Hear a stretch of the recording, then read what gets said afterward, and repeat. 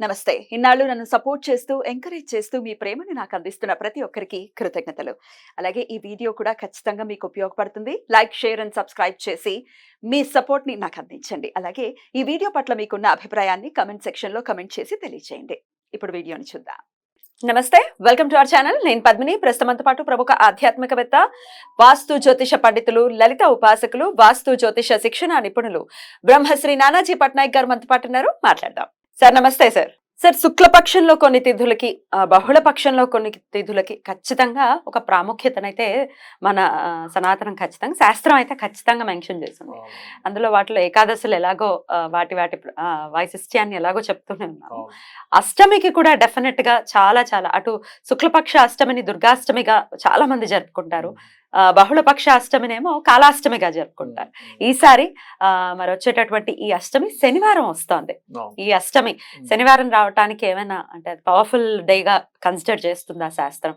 ఆ రోజున ఎటువంటి కష్టాల నుంచి బయటపడటం కోసం కాలాష్టమిని శనివారం రాత్రి సమయంలో వస్తుంది అష్టమి. ఇది 27వ తేదీ రాత్రికి వస్తుంది. అర్ధరాత్రి ఉండాలి ఖచ్చితంగా ఉంటుంది. అండ్ అట్లాగే అశ్విని నక్షత్రం ఉంటుంది ఆ టైంలో. అశ్విని నక్షత్రం వచ్చినప్పుడు, అష్టమి వచ్చినప్పుడు, ఆ శనివారం రాత్రి అయినప్పుడు అది ఇచ్చే రిజల్ట్స్ ఏమిటి, ఇది చేసుకోవడం ద్వారా ఒక్కొక్క పూజ కానివ్వండి, ఒక్కొక్క తిథి రోజు చేసే కార్యక్రమాలు ఏవైతే ఉంటాయో మనం ఖచ్చితంగా ఒక రిజల్ట్ 100% వచ్చి తీరుతుంది దానివల్ల.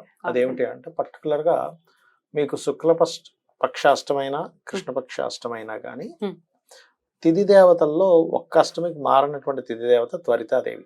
ఆవిడ ఒక్కరితే ఉంటుంది, అటైనా ఇటైనా కానీ త్వరితాదేవి ఉంటుంది అష్టమికి. వేరే వేరే వారితో మారుతూ ఉంటారు. ఎవరి త్వరితాదేవి? త్వరితాదేవి అంటే అమ్మవారి యొక్క దీంట్లో ఒకరు, పరివారంలో. ఈ తిథి నిత్యా దేవతల్లో ఒకరు. ఇంకా కరెక్ట్ చెప్పాలంటే తిథులకు ఒక్కొక్క దేవతలు ఉంటారు, అష్ట దేవతలు. అందులో ఒక దేవత అనమాట. మిగతా తిథులకి దేవతలు మారుతారా? మారిపోతారు. ఒక్కొక్క తిథికి ఒక దేవత ఉంటుంది. అంటే జనరల్ గా కూడా మారిపోతారు, కానీ అష్టమికి మాత్రం అటు ఇటు ఒకరే ఉంటారు, శుక్ల పక్షానికి కానీ కృష్ణ పక్షానికి కానీ. అయితే ప్లానటరీ పొజిషన్స్ కనుక తీసుకుంటే రవి నుంచి దశమంలో ఉంటాడు చంద్రుడు. కర్కాటక రాశిలో రవి ఉంటే అశ్విని నక్షత్రంలో మధ్యాహ్నం పూట వస్తుంది, సంథింగ్ ఆ టైంలో వస్తుంది, మేషంలో ఉంటాడు. సో ఏంటిది, ఎక్కువగా కెరియర్ గురించి ఎవరైతే ఇబ్బంది పడుతుంటారో, అంటే ఇంటర్వ్యూస్ కి వెళ్తున్నామండి కానీ సెలెక్ట్ అవ్వలేకపోతున్నాము, ఎందుకంటే రవి నుంచి 3లో కేతు ఉన్నాడు. ఇప్పుడున్న ప్లానటరీ పొజిషన్స్ 3వ స్థానం అనేది ఇంటర్వ్యూస్, ఎవరితోనో మాట్లాడడం. ఇంటర్వ్యూ మీకు సక్సెస్ అవ్వలేకపోతున్నా 3rd హౌస్ లో ప్లానెట్ అయితే ఇబ్బంది ఇస్తుంది మీకు. కమ్యూనికేషన్ కదా. ఇప్పుడు ఇంటర్వ్యూకి వెళ్ళినప్పుడు వాళ్ళు ఏంటి అడుగుతారు, రెజ్యూమ్ చెప్పండి, కాన్ఫిడెంట్ గా మాట్లాడు. 3rd house is confident, 3rd house is communication. So 3rd house కనుక ఎవరికైనా పాడైందంటే వాళ్ళు ఇంటర్వ్యూ సరిగ్గా మాట్లాడలేరు కానీ వర్క్ బాగా చేయగలుగుతారు. ఇప్పుడు ఏంటంటే 10th హౌస్ బాగుంది అనుకోండి, వర్క్ ఇంకా అద్భుతంగా చేస్తారు కానీ మాటల దగ్గరికి వస్తే మాట్లాడలేరు. ఎంతో కొంత మనం మాట్లాడాలి, ఎందుకంటే వాళ్ళు దాన్ని చూసి వాళ్ళు తీసుకుంటారు కదా, అబ్బాయి నేను పెద్దగా మాట్లాడలేదు కదా అనిపిస్తూ ఉంటుంది. అలాగా ఎవరికైనా సరే కమ్యూనికేషన్స్ ప్రాబ్లమ్స్ ఉన్నా, ఇంటర్వ్యూస్కి వెళ్ళి నేను సెలెక్ట్ అవ్వలేకపోతున్నాను అని చెప్పి బాధపడేటువంటి వారు ఈ రోజు కనుక కాలభైరవ పూజ కనుక చేసినట్లయితే నైట్ టైము, అది కూడా శనివారం పూట, ఖచ్చితంగా కాలభైరవుడి యొక్క అనుగ్రహం వల్ల కాలం మీకు అనుకూలిస్తుంది.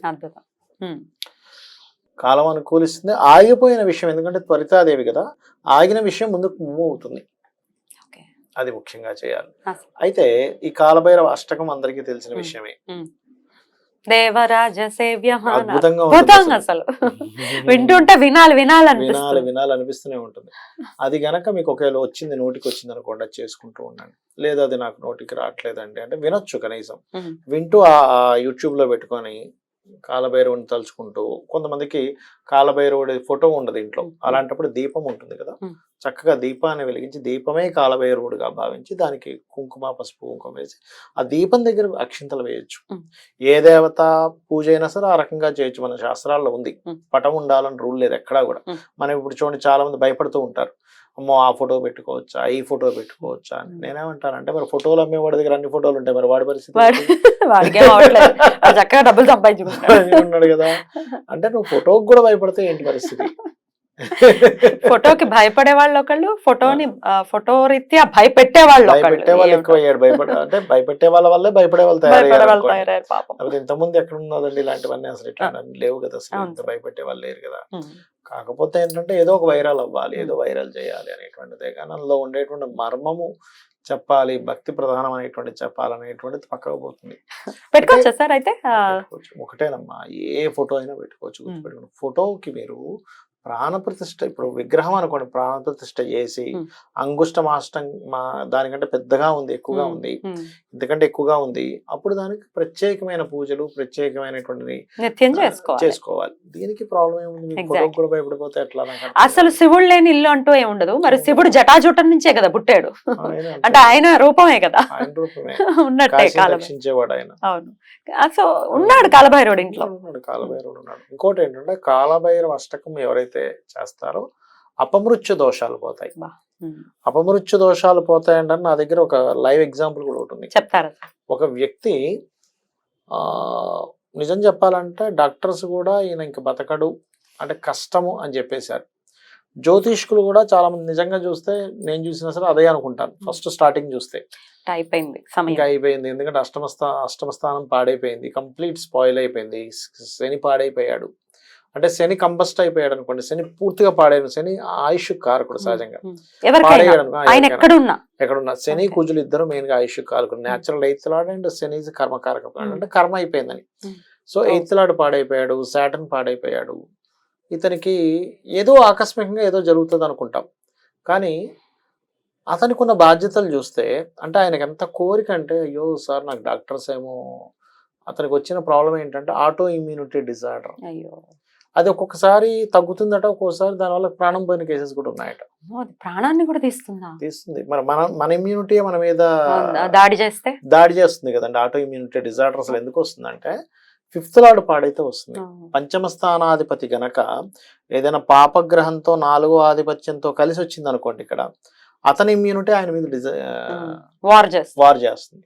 అట్లా ఏంటంటే అతని ఇప్పుడు ఇమ్యూనిటీయే ఫస్ట్ పనిచేస్తుంది మన మీద, మెడిసిన్ కంటే ఇమ్యూనిటీ పనిచేస్తుంది, రక్షిస్తుంది. ఆటో ఇమ్యూనిటీ డిజార్డర్ వస్తే ఏంటి పరిస్థితి? అతని ఇమ్యూనిటీ ఆయన ఇబ్బంది పెడుతూ ఉంటుంది. స్కిన్ డిసీజెస్ ఎక్కువ చూస్తూ ఉంటాం, auto immunity disorders, skin diseases వస్తూ ఉంటాయి. ఇలా ప్రాణాంతకం అవుతుంది, ప్రాణాంతక సంబంధించిన కేసెస్ కూడా నేను చూసాను. అంటే మా అబ్బాయికి ఇవాళ పొద్దున కూడా ఒక కేసు, ఇవాళ పొద్దున కూడా జస్ట్ 18 years అబ్బాయికి ఆటో ఇమ్యూనిటీ డిజార్డర్ తో చనిపోయాడు. వాళ్ళు చెప్పడం ఏంటంటే, అంటే మేము మన కరోనా వచ్చినప్పుడు కూడా కాపాడుకున్నాం మా అబ్బాయిని, దాని తర్వాత ఆటో ఇమ్యూనిటీ డిజార్డర్ చనిపోయాడని చెప్పారు. అరే కొంచెం ముందు చెప్పుంటే కాలభైరవ అష్టకం చదువుకుంటే మనిషి బతికేవాడు కదా. అంటే ఏమిటంటే కాలము ఎలాంటి పరిస్థితి వచ్చేసిందంటే, కాలం నీకు అనుకూలించట్లేదు, అప్పుడు కాలభైరవుడిని పట్టుకోవాలి. ఇంకోటి ఏంటంటే, ఇట్లా ఎవరికైనా సరే ఈ రకంగా దోషం ఉందనుకోండి, ఏది ఇంకా మనిషి ఇంకా బ్రతకడు, లేకపోతే చాలా దోషం ఉంది జాతకంలో, లేకపోతే డాక్టర్స్ కూడా నిర్ధారణ చేశారనుకోండి, అప్పుడు ఇప్పటివరకు ఎప్పటికీ ఎక్కడ ఏ వీడియోలో చెప్పను ఒక రెమెడీ చెప్తాను. ఇక్కడ నేను ఇప్పటిదాకా ఎక్కడా చెప్పలేదు. శనివారం రోజు నూనె తెచ్చుకొని నూనెలో ముఖం చూసి ఆ నూనెని తీసుకెళ్ళి శివాలయంలో ఇవ్వాలి, దీపారాధన కోసం ఇవ్వాలి. ఇస్తే అతనికి ఏదైతే అపమృత్యు దోషాలు ఉన్నాయో పోతాయి.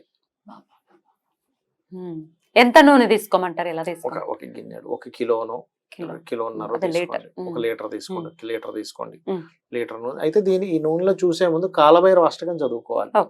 అది శనివారంతో కూడినటువంటి కాలభైరవ అష్టకం, అంటే అష్టమి కనుక వస్తే, కాలభైరవ అష్టమి కనుక వస్తే అపమృత్యు దోషాలు తీసేయడానికి, అట్లాగే ఈ కెరియర్ విషయంలో డెవలప్మెంట్స్ లేనటువంటి వారికి, లేకపోతే ఎప్పుడు దారిద్రం అనిపిస్తుంటారు చూసారు, అబ్బాయి ఏమిటంటే ఈ రోగాలు వస్తున్నాయి, ప్రతిదీ స్లో అవుతుంది, లేట్ అవుతుంది అనుకునేటువంటి వారికి ఖచ్చితంగా పనిచేస్తుంది.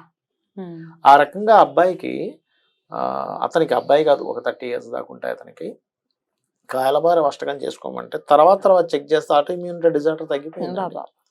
అంటే ఇంకా రెగ్యులర్ గా చేసుకుంటూ ఉన్నారు, వింటూ ఉన్నారు, చదువుకుంటారు. మెడిసిన్స్ చెప్పారు కానీ, అతను కొన్ని చెప్పారు కానీ గ్యారంటీ ఇవ్వలే, చేసుకోండి బట్ సివియర్ గా ఉంది మీకు, మేము చెప్పలేము, రకరకాల ఇవి కూడా డ్యామేజ్ అవుతున్నాయి కొంచెం. ఆర్గాన్స్ కూడా కొంచెం ఎఫెక్ట్ పడింది.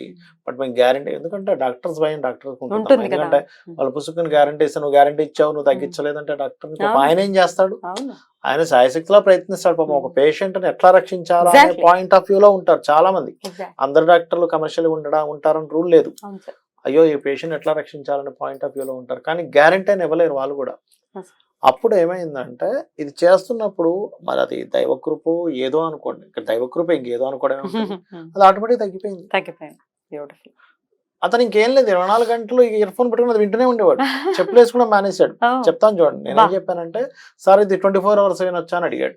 అంటే నేనేమన్నా 24 hours మీరు వినాలి అంటే చెప్పులు వేసుకోకుండా ఉండాలండి అన్న. చెప్పులు వేసుకోవడం మానేసి చెవులో పెట్టుకొని ఇంకా వింటూ ఉండడమే. చాంటింగ్ చేయగా చేయగా చేయగా చేయగా అతనికి జబ్బు తగ్గిపోయింది. ఎంత పవర్ సార్! అంటే అతనికి జబ్బు తగ్గడం ఒకటే కాకుండా అంతకుముందు దారిద్ర్యం కూడా ఉండేది ఆయన కొంచెం, అది కూడా తగ్గిపోయింది. బ్యూటిఫుల్. కాబట్టి ఎవరికైనా కానీ పర్టికులర్ గా మనకి శనివారం లక్కీగా వస్తుంది కాబట్టి రాత్రిపూట కాలభైరవుడు అష్టకం చదువుకొని ముఖ్యంగా బెల్లంతో తయారు చేసిన పదార్థం కనుక నైవేద్యంగా పెడితే కాలభైరవుడికి మరింత త్వరగా మనకు ఉండేటువంటి కష్టాలని ఆయన బయటపడేస్తాడు. Right sir. అయితే ఆ శనివారం మీరు ఎలాగో నూనె తీసుకుని, ఏ నూనె అని చెప్పారు సార్? నువ్వుల నూనె. ఎలాగో అలా మొహం చూసేసుకుని నెక్స్ట్ డే ఆదివారం ఇవ్వచ్చు కదా సార్? ఎందుకంటే ఆ రోజు అర్ధరాత్రి ఇంచుమించుగా 9:30 తర్వాత వస్తుంది. సో 9:40, 9:50 తర్వాత ఒకసారి చూసుకుని ఇచ్చేయచ్చు ఆదివారం పొద్దున్నే. అద్భుతం సార్, చాలా అద్భుతమైనటువంటి రోజు, చాలా పవర్ఫుల్ గా వస్తుంది కాబట్టి మన వాళ్ళందరూ వినియోగించుకోవాలి. అపమృత్యు దోషాలతో చాలా మంది బాధపడుతున్నారు. మా ఎదిగిన పిల్లవాడండి హాస్పిటల్ ఉన్నారంటే ఆ కష్టం ఏ తల్లిదండ్రులకి రాకూడదు. పొద్దున్న మీకు చెప్పాను కదా, ఆ తల్లి మాట్లాడుతుంటే నేను చెప్పాను, అమ్మా మీ బాధ నాకు అర్థమైంది, ఒక 18 ఏళ్ళు. Right sir. అయితే ఇట్లాంటి పరిస్థితుల్లో ఉన్న వాళ్ళకి ఇక నెక్స్ట్ ఎవరికైనా ఇలాంటి పరిస్థితి ఉంటే వాళ్ళకి ఉపయోగపడుతుంది. డెఫినెట్ గా వినియోగించుకోవాలని మనవి చేస్తూ చాలా చాలా అద్భుతంగా వివరించారు సార్. కృతజ్ఞతలు. నమస్కారం సార్. శ్రీమాత్రే నమః.